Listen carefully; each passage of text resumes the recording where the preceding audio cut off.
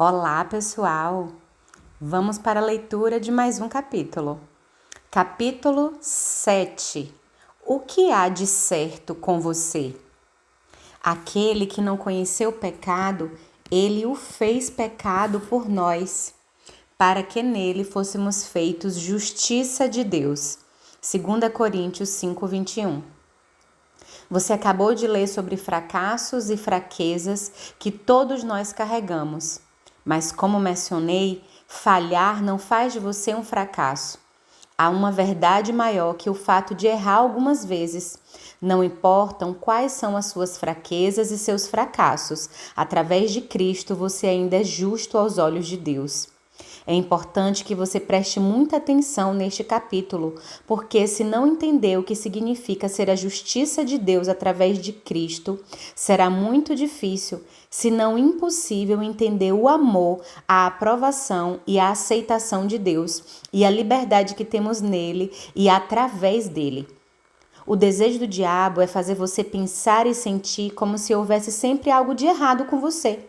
Ser vítima do abuso sexual por parte de meu pai fez com que determinada mensagem ficasse se repetindo incessantemente na minha mente, dia após dia, durante mais de 40 anos. O que há de errado comigo? Eu sabia que o que o meu pai fez comigo era errado, muito embora ele me dissesse que aquilo era bom e que ele fazia porque me amava e eu era especial. Era bom saber que os atos dele contra mim eram errados, mas pensar que havia algo de errado comigo por causa do que ele fez era um problema enorme. Muitas pessoas que são maltratadas pensam que o tratamento que elas recebem é por culpa delas. Mulheres espancadas normalmente pensam que são culpadas pelos atos do marido abusador. Então elas tentam ser melhores e cometer menos erros para que seus parceiros não fiquem zangados. Entretanto, no final das contas, o mesmo padrão continua se repetindo. O abuso não é culpa da pessoa maltratada. O abusador tem um problema e precisa de ajuda. Muitas crianças que são dadas para adoção passam a vida se perguntando o que havia de errado com elas para fazer com que seus pais biológicos não as quisessem. As ideias que surgem na mente delas em geral estão muito longe da verdade. O pai ou a mãe pode não ter sido capaz de cuidar delas e pode ter achado que estava fazendo melhor, permitindo que outra pessoa com melhores condições pudesse dar uma vida melhor a elas. O pensamento: o que há de errado comigo? É a principal razão pela qual muitas pessoas passam a ser viciadas em agradar os outros, tornam-se dependentes de aprovação, inseguras e sem confiança. Enquanto estivermos presos na mentalidade de que há alguma coisa errada conosco, vamos nos sentir culpados e ser disfuncionais. É interessante que um dos primeiros dons que Deus quer nos dar depois da salvação é a justiça. Ele quer que saibamos que há muita coisa certa em nós através da nossa crença em Jesus e do nosso relacionamento com Ele. Deus nos vê como justificados diante dele por causa da nossa fé em Cristo Jesus. Receber a justificação com Deus pela fé nos dá alegria e, de acordo com Romanos 5:1-2, produz paz. É impossível desfrutar a paz se nos sentirmos errados o tempo todo. Você não pode conquistar a aceitação de Deus. A justiça vem pela fé e não por cumprir todas as regras da religião. Deus não tem favoritos nem faz distinção, de modo que essa justiça maravilhosa está disponível a todos. Para nos qualificarmos para a justiça de Deus, devemos atender a 2 requisitos. Precisamos pecar e precisamos crer em Jesus como sacrifício aceitável pelos nossos pecados. Todos pecaram e carecem da glória de Deus, sendo justificados gratuitamente por sua graça, mediante a redenção que há em Cristo Jesus. Romanos 3:23 e 24. Raramente temos algum problema em acreditar que somos pecadores. Crer que somos justificados gratuitamente pela graça de Deus geralmente é mais difícil. Simplificando, ser justificado significa ser feito justo, como se nunca tivéssemos pecado. O Nelson News ilustra a Bíblia Dicionário e diz que a justificação É o processo pelo qual seres humanos pecadores se tornam aceitáveis a um Deus santo. O cristianismo é único por causa do seu ensino sobre a justificação pela graça. Romanos 3:24.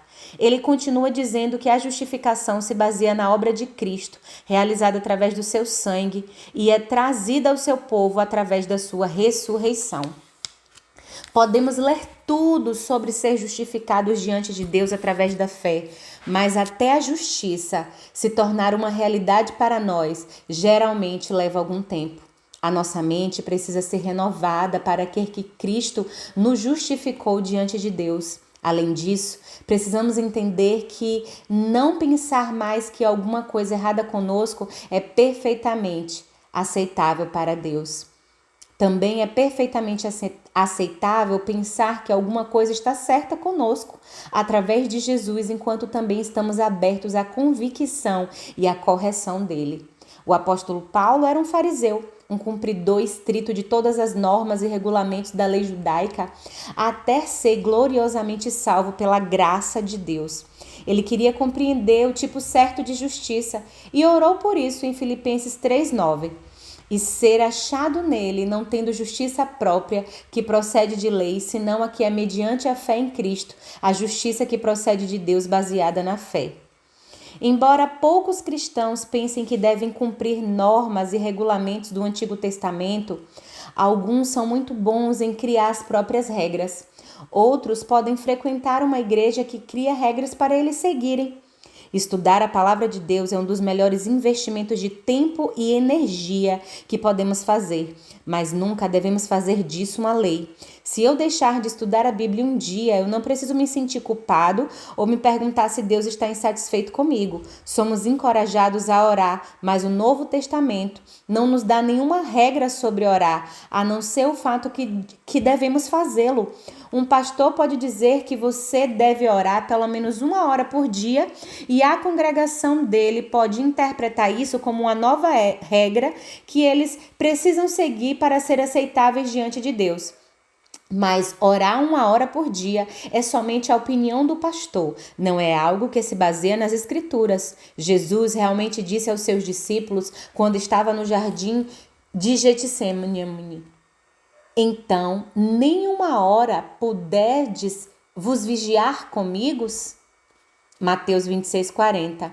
Mas ele estava se referindo àquela situação específica e não criando uma regra para todo o tempo e todas as pessoas. 1 hora de oração por dia pode ser uma boa disciplina, mas não é uma lei. Se eu leio um livro com o propósito de aprender mais sobre certo princípio bíblico, ainda estou estudando a palavra de Deus. Estudo bíblico não significa que eu preciso abrir um livro com o título A Bíblia Sagrada impresso na capa para estudar a palavra de Deus. Eu posso ouvir trechos bíblicos em áudio, ouvir um sermão, ler um livro ou meditar em alguns versículos, além de pegar a Bíblia e estudá-la. Eu acho bom adotar diferentes abordagens com relação ao nosso tempo com a palavra em dias diferentes apenas para variar. Entretanto, há muitas pessoas que começam o dia lendo um número específico de capítulos da Bíblia. É um hábito maravilhoso, mas não é uma lei. Quando transformamos qualquer coisa que fazemos em algo que pensamos que precisamos fazer para ganhar crédito com Deus ou para sermos aceitáveis para Ele, perdemos de vista ou nunca conhecemos o verdadeiro significado da salvação através de Cristo. Devemos fazer boas obras, a palavra de Deus é clara quanto a esse assunto, mas também está claro que nossa motivação para fazer essas obras não deve ser a de ganhar qualquer coisa de Deus ou ter uma boa reputação diante das pessoas. Fazemos boas obras por causa do que Jesus já fez por nós e não para conseguir que Ele faça alguma coisa por nós. As boas obras são o fruto natural do nosso amor a Deus e da nossa fé nele. Trocamos nosso pecado pela justiça de Deus. Chamo isso de a grande troca. Através do sacrifício de Jesus, podemos trocar nossas cinzas por beleza e nossa tristeza pelo óleo de alegria. Recebemos vestes de louvor em troca de nossa depressão, nosso desânimo, nosso desespero e nossa tristeza. Isaías 61:3. Recebemos fé em troca do medo e recebemos libertação em Cristo em troca do nosso cativeiro. Ver Lucas 4,18, Romanos 8,15 e Hebreus 2,14 e 15. Co-herdeiros com Cristo. Ora, se somos filhos, somos também herdeiros, herdeiros de Deus e co-herdeiros com Cristo. Romanos 8,17. Quem não gostaria de receber uma herança de um parente que faleceu? Uma herança é algo que nos é dado gratuitamente porque alguém nos amou. Recebemos como um presente algo que outra pessoa conquistou. Podemos receber ou não uma herança de alguém que nos amou, mas todos nós temos uma herança em Cristo.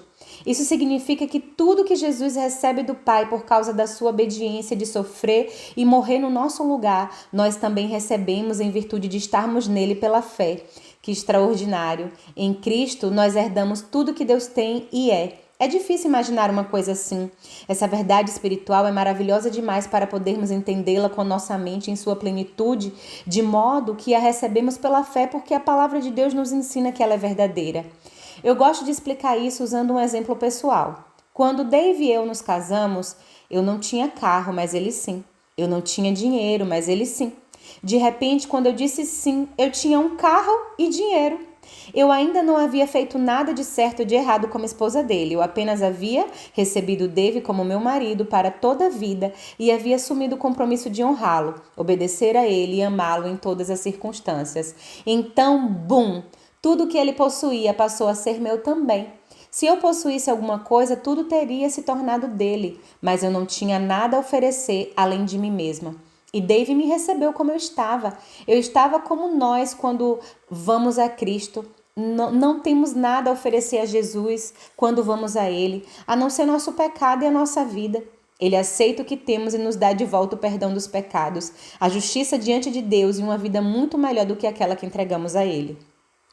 Quando as pessoas se oferecem sinceramente a Deus e acreditam que Jesus morreu por elas e ressuscitou dos mortos, o que aconteceu comigo quando me casei com Dave acontece com elas em uma escala muito mais profunda.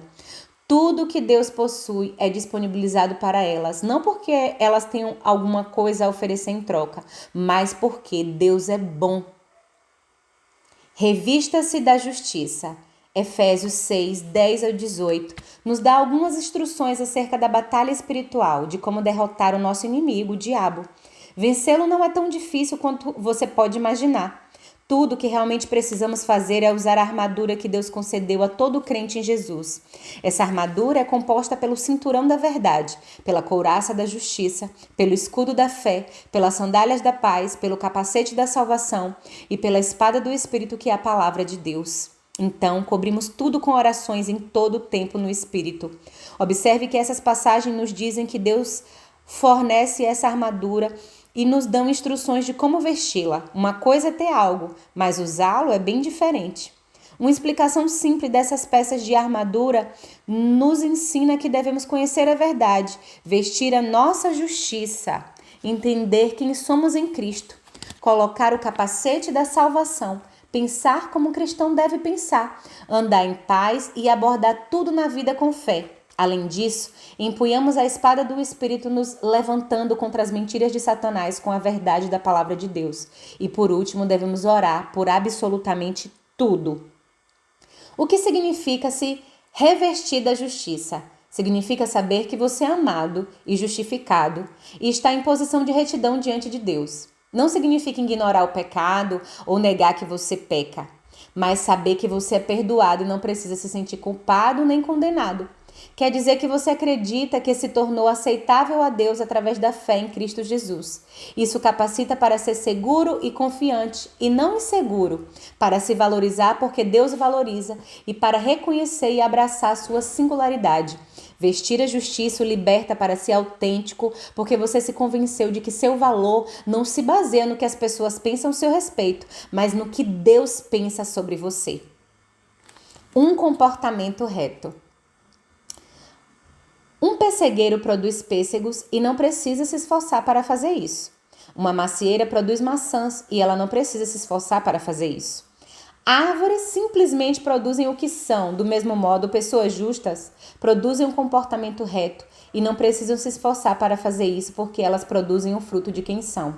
Deus nunca espera que produzamos alguma coisa ou que sejamos qualquer coisa sem que Ele primeiro nos dê capacidade para fazer isso. Ele faz de nós o que Ele quer que sejamos. Quando recebemos Jesus, recebemos uma nova natureza, a natureza de Deus. E assim, se alguém está enxertado em Cristo Messias, é nova criatura, uma criatura completamente nova. As coisas antigas, o estado moral e espiritual anterior já passaram, eis que se fizeram novas. 2 Coríntios 5,17.